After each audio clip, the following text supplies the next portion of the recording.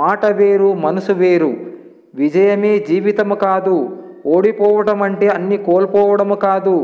గెలుపు ఓటములను సమానంగా స్వీకరించడమే జీవితం. ధనవంతుడు తన ధనముతో మరణము రాకుండా చేసుకోగలడా? చేసుకోలేడు. పోనీ బలవంతుడు తన బలంతో మరణాన్ని ఆపుకోగలడా? ఆపుకోలేడు. తెలివిగలవాడు తన తెలివితో మరణాన్ని తప్పించుకోగలడా? తప్పించుకోలేడు. పోనీ వైద్యుడు తన వైద్యంతో మరణము లేకుండా చేసుకోగలడా? చేసుకోలేడు కదా. మరి ఈ మూన్నాళ్ళ ముచ్చట కోసం ప్రతీకారాలు, ఈర్ష్య, ద్వేషాలు ఈ భూమి మీద స్వార్థాన్ని వీడి ఇతరులతో సుఖ సంతోషాలు పంచుకుంటూ అందరితో ఆనందంగా గడుపుదాం. మంచి మనుషులుగా జీవిద్దాం. శిఖరాన్ని అధిరోహించేటప్పుడు ప్రతి అడుగు జాగ్రత్తగానే వెయ్యాలి.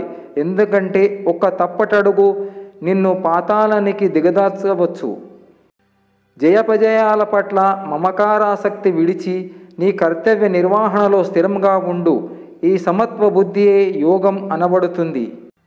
గాయపడ్డ గతమొక్కటి ప్రతి గుండె వెనకాల ఉంటుంది.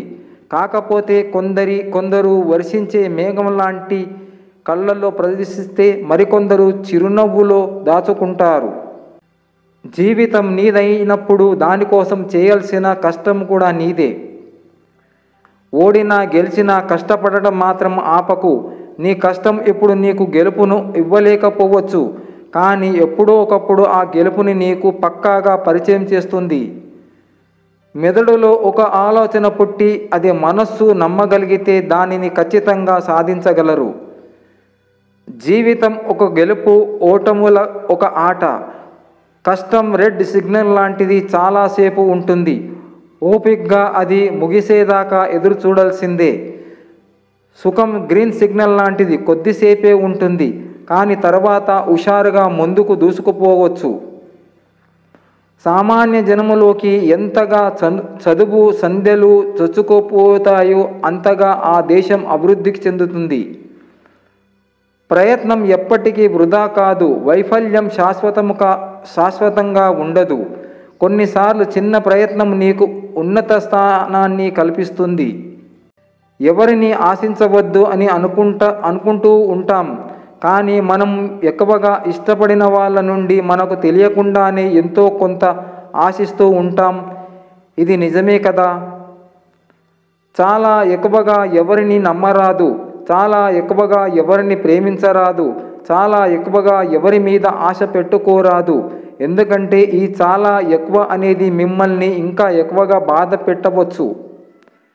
ధర్మానికి, దేశానికి ఉపయోగపడని శరీరం, ధనం ఎంత పెరిగినా వృధా.